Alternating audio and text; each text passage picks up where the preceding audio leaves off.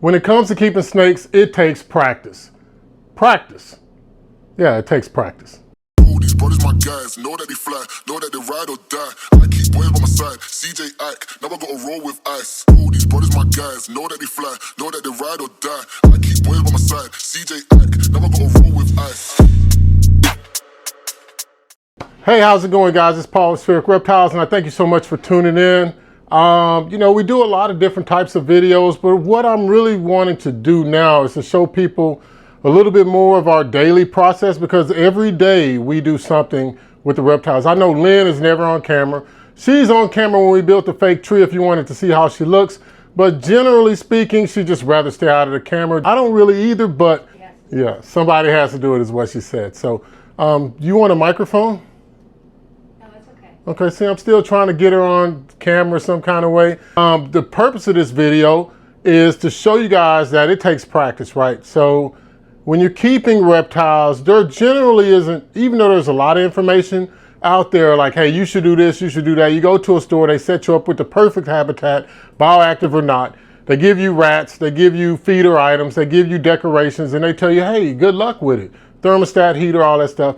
Well, what I'm going to show you is a surefire way for you to determine your, in this case, reptiles. I mean, I know I'll be using ball pythons because we're weighing them today, but the number one way that you can determine whether your animal is healthy or not is from weighing them every month. It's the 8th, or is it the 7th? 7th. Dog, this is crazy. Man, I'm telling you, as I get older, I'm losing my damn mind. So we weigh our snakes each month, and then we can determine whether one will be ready for breeding season or if it won't. So that changes up the way that we feed them. So the ones that we feel that we're gearing up for breeding season, like the females, we want to give them a little bit extra because we know that they need those additional fat stores so that when they go off of food, they'll still have enough nutrients in their body so that they can produce the embryo, the egg, as well as the contents of the egg, right? So to basically produce babies. And since they're not producing one baby like humans, they can produce anywhere from, I'm thinking like 4 to 15 babies.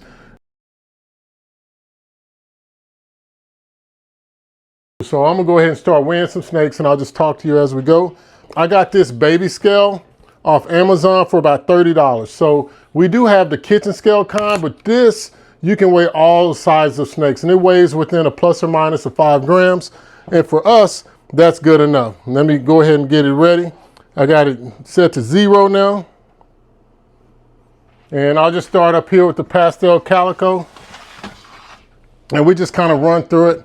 I tell Lynn what I'm doing as we go. So I grab the pastel calico, which she's right here, and I throw her on the scale. Sugar is 1274. So she's getting right up there. I put her right back in.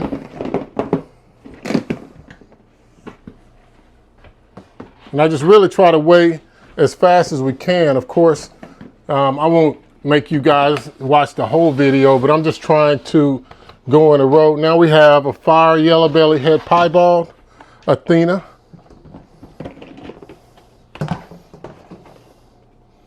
Let's see how much she weighs. She is 334, and this is Athena. She's really pretty. A fire yellow belly head pied. So I put her right back in. We're not doing any water changes today. I'll do those on the day that I feed them, because that way I can kill 2 birds with 1 stone. Now we're going to Morticia, the black pastel head clown. Hopefully she's gravid already. We'll see. She might have a little bit of a food response, but that's to be expected. Come on, baby. And here she is right here. Let's see how much she weighs. Don't run. 1422, so more than likely she's gravid. How much did she weigh last month? 1272. So she weighed 1272 last month, guys. And this month she weighs 1422. So that lets us know that she's gaining follicles. Of course, we do ultrasound, but again, if you're trying to see if it's really working, because you can ultrasound and then just kind of be like, I don't know. But if you see a huge weight gain after 1,200 grams, so she started at 12, we started pairing her. So by the time she lays, she'll be over 1,500 grams, which is right there at the mark. Now we got a head clown, 66% pied. Let's see. Yep, Harley. She's got a little bit of a food response. She's all cocked up like she's about to strike me and shit. She is 1220. Really pretty. She looks like a normal because she's het, guys, but she's 66% het for pied, 100% het for clown. She was 1060. She was 1060. Now, I have not been pairing her up. I really just want her to get a little bit bigger because the clown pied that I want to pair her up with, he's not ready yet. He has the weight, but I don't think that he's sexually mature yet. And now what I'll do, since I've done a couple of those, I'll just go ahead and spray this down. And when it's time to do all of this stuff, guys, it's all about the animals. So I just throw the paper on the floor and then hit my hands with some of this hand sanitizer. You know what I'm saying? Now we got this black pastel inchy yellow belly pied het lavender albino chroma paterna. I think I just had her on a video as well, but you can see her right there, how she looks. She's kind of orange-like, and she weighs 482 grams. So as we go through this, guys, it's just a matter of getting it done.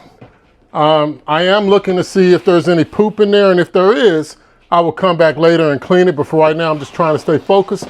And that's one of the things that I say, that you should write out your plans, because if you stay focused, then you can do something like this fairly quickly.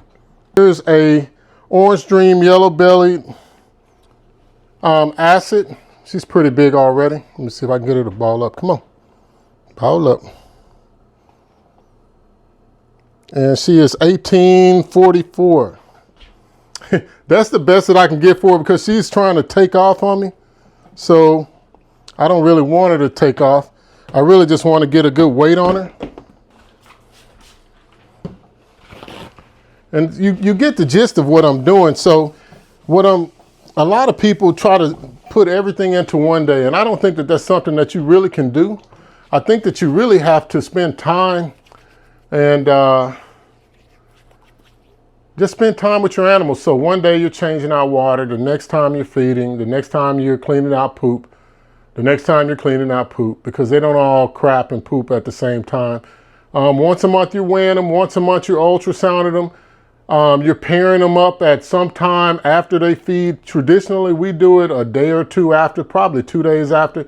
We keep them together for 3 days straight, and I have a calendar where I just take them out. But these are all on separate days so that you can still have a life until you get your collection so big to where you got to get help. It's either got to be 2 people or 1 person full time, right? So right now, we both have full-time jobs, Lynn and I, and we can do Spheric Reptiles full time when we get home. But what I mean by full time is because we are so focused on our business plan that we wrote out, makes it to where we spend about 2 hours a day, if at the max, doing this. And that's on a feeding day. So on our Thursdays and Fridays, if we break it up, that's 2 hours to feed everybody. So if we don't, then it's short. It's a lot shorter. It might be 30 minutes, but because some animals, about 30% eat live and the other 70% eat frozen thawed, that's a different animal. So I try to feed the live animals first, and then any that are left over, I feed to those that take the frozen thawed, because I just don't know for some of them, not our breeders, but the babies, if the owner will feed frozen thawed or live, depending on, no matter what I say. I think frozen thawed is the best way, but this all goes into practice. What I found also, just taking a break from the weighing, is that if you keep it variable with your snakes, right? So if you don't want your snakes to be just locked in on mice, you don't want your snakes to be locked in on ASFs or rats, feed them a variety. So this time you feed mice for a couple of weeks. The next time you feed rats for a couple of weeks or months. You throw in an ASF every now and then. And what you'll see is that your ball pythons will be less finicky, right? And then the way for you to judge if it's working or not is the scale. So you get this baby scale, like I said, $30 from Amazon. It's plastic, has a good base, rubber bottoms at the bottom, and it's flat so you can put it under a shelf, on top of a shelf, whatever you want, lay it on its end. But you know, when it comes to taking care of animals, right, one of the things we have to continually remind ourselves of is that without us, their quality of life goes down tremendously. So doing these little things like weighing your snakes, making sure they have fresh water. If they have poop, like especially in the hatchling rack, every day before work. So I'll even weigh them outside of the morning because they poop all the time. You feed, just like a newborn baby. If you feed that newborn baby, what's going to happen? Their digestive system isn't developed just like a human, and it goes right through. You drink something, it goes right through. The adults, it's once a week. It's almost like clockwork. I know which ones will poop 6 days later. I know which ones will poop 5 days later. It's because their metabolisms are different. But that all goes to show that if you just pay attention, right? So get outside of the debate. Like for us, we hear a lot over bioactive versus these tubs. Just get outside of that and think cleanliness, right? So the number one way things live longer is if they're in a clean environment, right? So you could have a bioactive. This is all going into practice, right? This is something that I've learned over time because at one point I kept a reticulated python and a Burmese python in a closet, just in the closet, towel stuck up under it. You know what I'm saying? Shut the door, boom. And so that was the way that I could do it when I was in college, right? And of course I quickly got above that because I was like, hey, what if this thing gets out? But a lot of people are just like that. So over the course of, it's a long time ago, 95 to 2024, man, that's a long time. That's a long damn time. But anyway, you get what I'm saying, guys. So just practice, practice, practice. If something works for you, write it down. Write it down, write it down so that whenever you get stressed out, you'll have something to fall back on. So what I mean by that is like if you get an animal that gets a respiratory infection, because sometimes it happens, you need a plan. So you use trial and error and you see what works. And then you try to stick with that. But you also pay attention to the things that caused it, right? So, and for everything else, if you notice that you're getting your animals from one place and now all of your animals are looking emaciated, kind of having runny poop, stop going there because it's something with those feeder animals, whether they're insects or rats.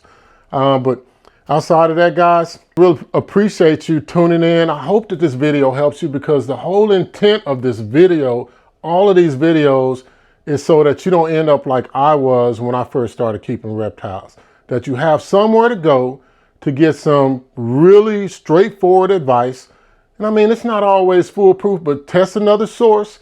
But you get some advice that's based on you, right? So I'm going to take care of my animals the best that I can, and I challenge you to take care of your animals the best that you can so that when you're spending that time with them, you can do like I always say, and I'm wrapping up, like, comment, and subscribe.